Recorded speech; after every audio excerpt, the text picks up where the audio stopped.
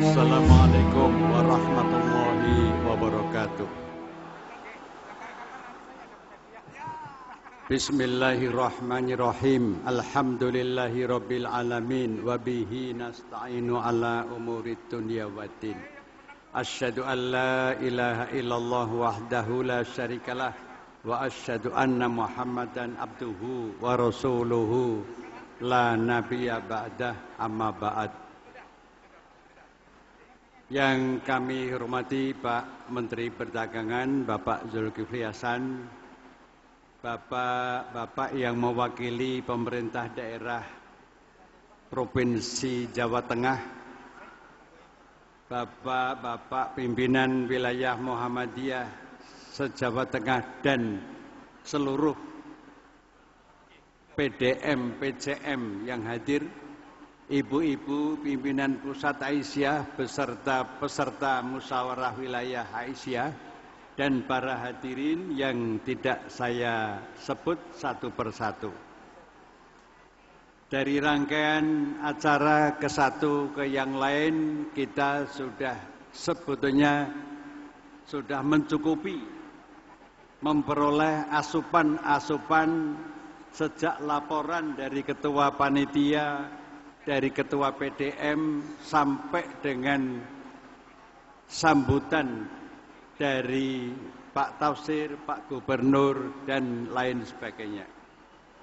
Nah, pada kesempatan ini pimpinan pusat Muhammadiyah menyampaikan yang pertama, marilah kita semakin menyadari bahwa musyawarah wilayah Muhammadiyah dan Aisyah Jawa Tengah ini beserta musyawarah wilayah Muhammadiyah dan Aisyah se-Indonesia itu berlangsung dalam waktu kurang lebih 3 bulan setelah Muktamar Muhammadiyah yang sukses berat di Surakarta kemarin.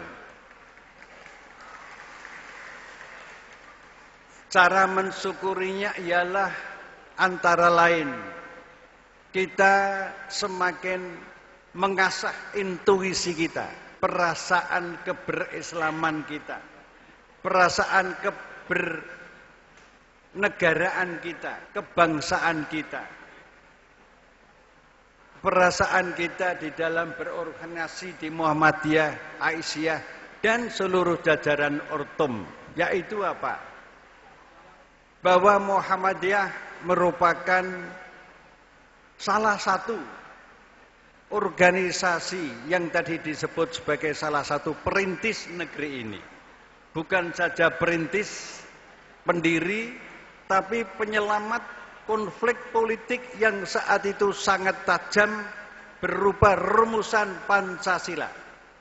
Semuanya beres setelah antara lain Ki Bagus Hadikusumo, Profesor Kahar Muzakir dan Profesor Kasman Singkontimbejo memberikan tausiah politik dengan kecerdasan spiritual dan kecerdasan konseptualnya. Nah, inilah yang kemudian disebut oleh Mayor Jenderal Alamsyah Ratu Perwira Negara waktu itu, sumbangan terbesar Muhammadiyah umat Islam di negeri ini ialah wakaf politik berupa selesainya Pancasila itu. Oleh karena itu, mohon kepada siapapun juga, pemerintah juga, untuk menutup pemikiran-pemikiran dan agenda-agenda yang sekiranya pemikiran, agenda, dan pernyataan-pernyataan itu mengganggu ketenangan umat Islam, rakyat Indonesia yang sudah selesai dengan Pancasila itu. Tidak perlu lagi ada isu-isu intoleransi, tidak perlu lagi ada isu-isu radikalisasi, tidak perlu lagi ada isu-isu terorisme. Selesai. Mengapa saya selaku unsur pimpinan Muhammadiyah pusat Yang ketua umumnya jelas hanya satu, Pak Haidar Nasir. Jadi saya ini ketua yang tidak umum gitu. Nah Bapak Ibu, marilah Pancasila itu sudahlah. Muhammadiyah sendiri di dalam Muktamar ke-47 di Ujung Pandang, Makassar dulu sudah menyatakan dengan deklarasi moral akhlak politiknya yang kita kenal dengan persaksian Muhammadiyah di dalam bernegara ini, termasuk di dalam berpancasila. Selesai, tutup buku. Saatnya kita mengamalkan dengan cerdas, ikhlas, dan jujur. Kata terakhir ini yang mahal di Indonesia. Yang kedua, karena ini sudah semakin panas, supaya tidak menambah panas, saya izin Bapak Ibu, tausiah ini saya singkat saja.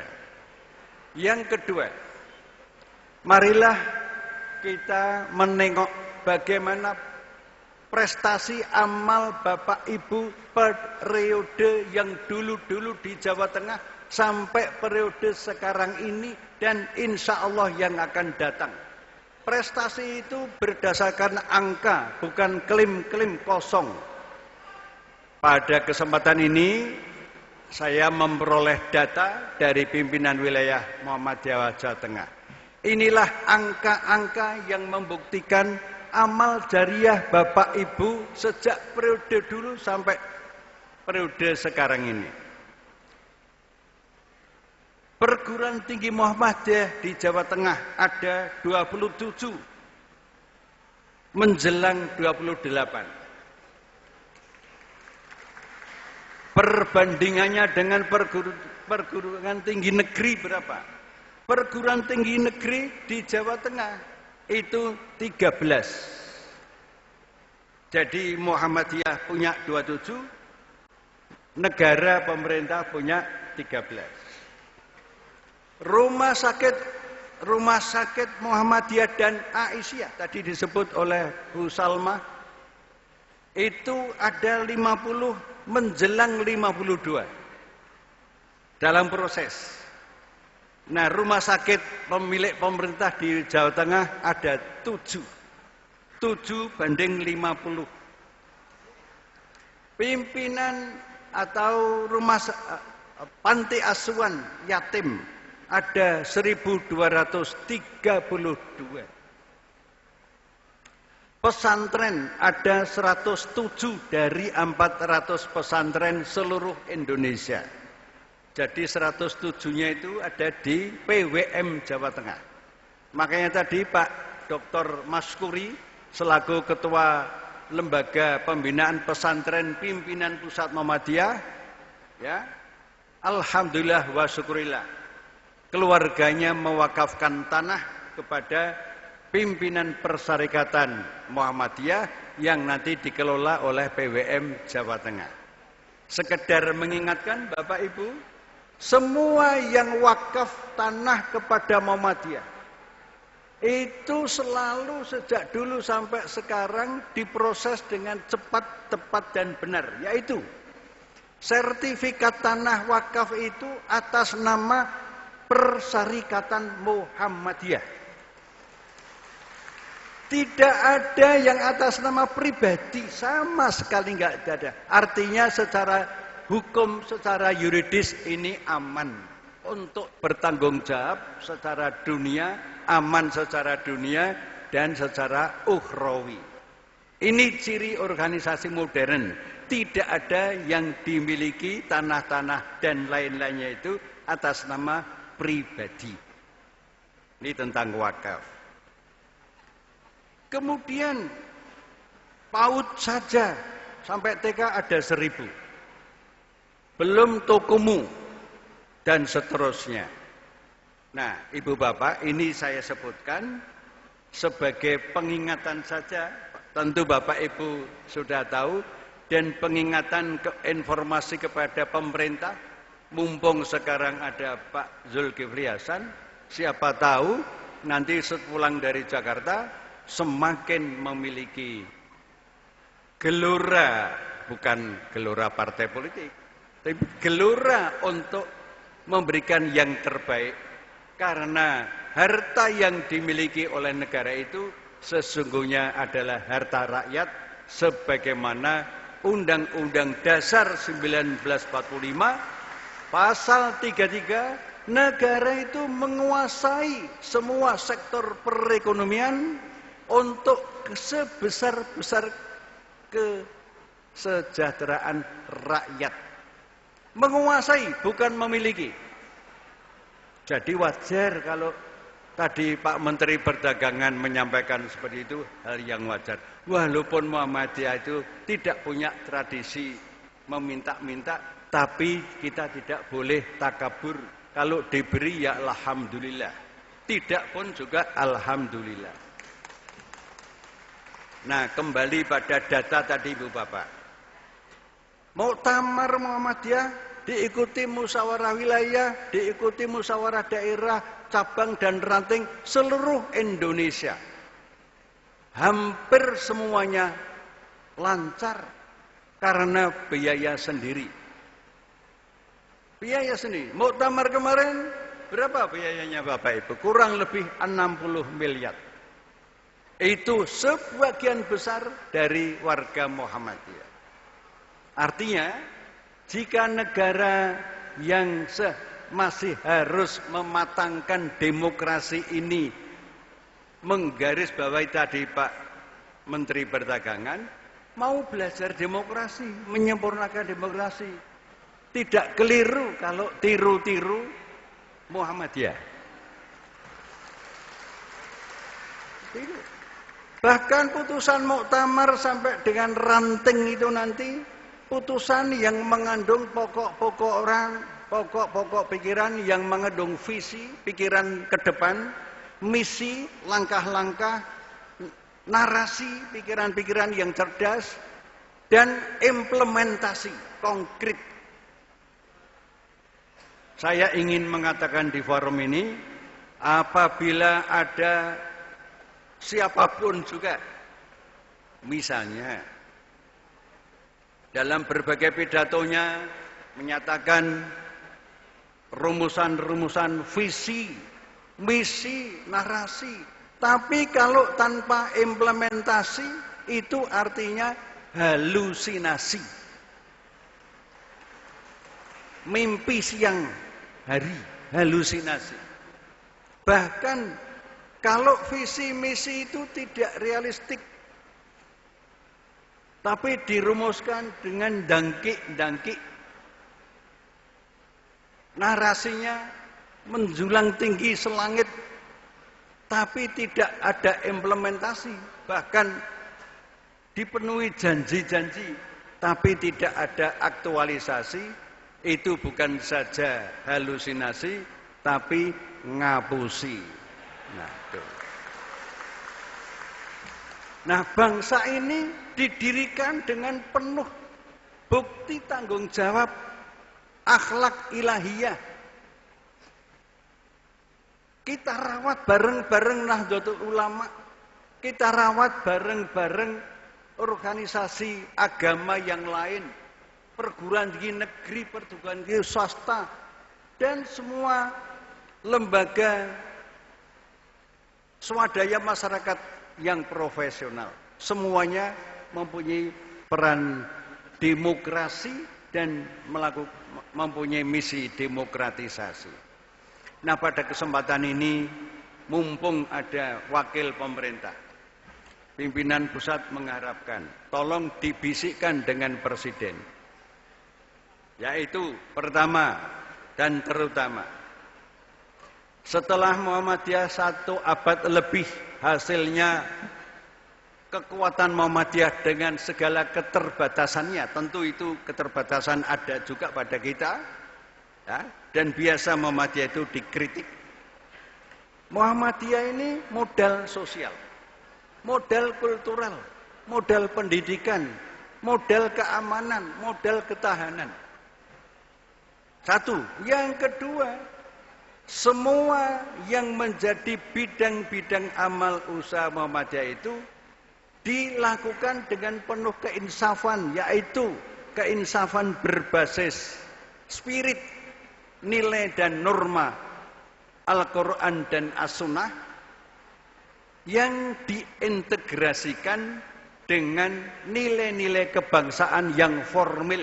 Yang formil itu 4 paragraf di UUD, pembukaan UUD 1945, yang di situ ada butir-butir Pancasila.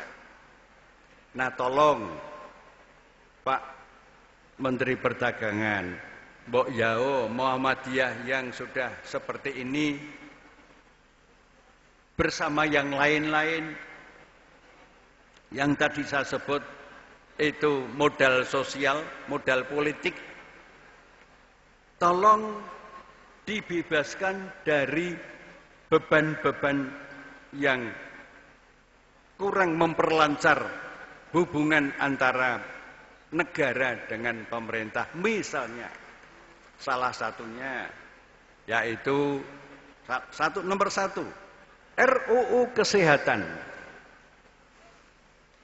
RUU Kesehatan ini sudah bergulir di masyarakat dan pimpinan pusat Muhammadiyah bersama organisasi di bidang kesehatan, ada IDI, Ikatan Dokter Indonesia, Ikatan Bidan dan sebagainya, sudah melakukan kajian. Hasil kajiannya itu merupakan kritik konstruktif, edukatif, etis dari Muhammadiyah kepada pemerintah.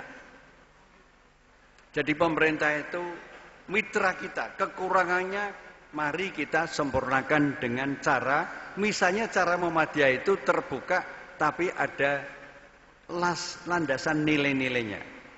Nah, mohon kepada wakil pemerintah yang mumpung sekarang ini hadir, yaitu berkenankah Presiden selaku pemimpin resmi negara ini untuk mempertimbangkan RUU Kesehatan itu tidak dilanjutkan pembahasannya. Satu, yang kedua, mumpung ada Pak Zulkifli Hasan sebagai menteri. Menteri itu kan jabatan politik. Jadi kalau kita nyinggung-nyinggung politik itu bukan untuk kepentingan dalam arti finansial. Muhammadiyah itu insya Allah orang-orangnya sudah kecukupan. Tradisi Muhammadiyah itu yadul ulya khairum min yadus sufla. Memberi itu lebih terhormat daripada meminta. Apalagi nderemis, nyelekutis, bukan watak Muhammadiyah. Yaitu apa? Muhammadiyah dengan kader-kadernya sekarang ini siap untuk diberi amanat di posisi apapun juga. Parpol boleh, Muhammadiyah tidak berafiliasi dengan parpol tertentu apapun juga. Namun masukan Muhammadiyah, Mbok Yao, anggota DPR pusat, tingkat 1, tingkat 2, dan lain-lain sebagainya, itu tidak selalu diambil dari kader formil parpol. Ambillah kader-kader Muhammadiyah yang ada catatannya, yang memiliki track record, yang leadershipnya itu jujur, cerdas, dan terhindar dari sikap-sikap oportunisme, pragmatis, apalagi hedonis, terhindar dari itu. Dan rata-rata kader Muhammadiyah seperti itu. Nah, ini kepada alamatnya ditujukan kepada pimpinan parpol. Yang terakhir Bapak Ibu, dari semuanya itu pimpinan pusat menyambut gembira, bersyukur kepada Allah Subhanahu wa taala. Musyawarah wilayah Jawa Tengah yang banyak dihadiri sampai di luar tidak terhitung jumlahnya itu hadza min fadli Rabbi. Itulah rezeki dari Allah karena mayoritas warga Muhammadiyah itu masih berpegang teguh pada hablum minallah, hablum minanas. Warga Muhammadiyah selama ini sudah mengamalkan salah satu hadis irhamu man fil ardi yarhamkum mau fis sama.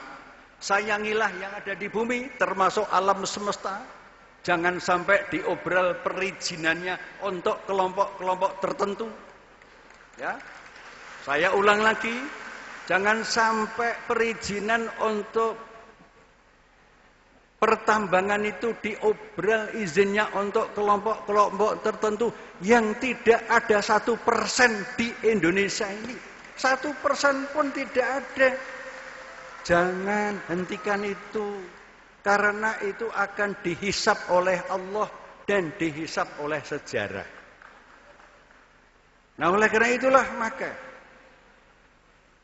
di dalam kesempatan ini tidak hanya soal yang kaitannya dengan pertambangan, tapi pimpinan pusat juga mengamanatkan bahwa pengamalan umat Islam pada umumnya dan termasuk warga Muhammadiyah itu perlu disikapi dengan semakin jujur, terbuka kepada masyarakat.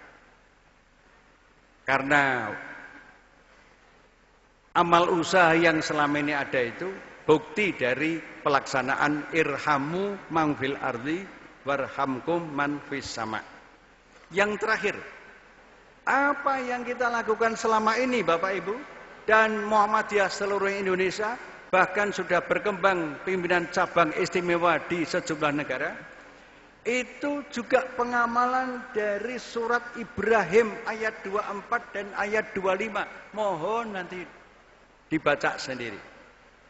Yang intinya bahwa surat Ibrahim 24 itu menggambarkan bahwa Muhammadiyah itu pohon yang kuat, yang sempurna, yang akarnya kuat ke bawah, tangkainya menjulang ke tinggi. Asluha sabit wa far'uha fis sama. Itu kata Allah. Dan pohon yang seperti itu, seperti antara lain Muhammadiyah itu, tu'ti ukulaha kullahinim biizni rabbiha.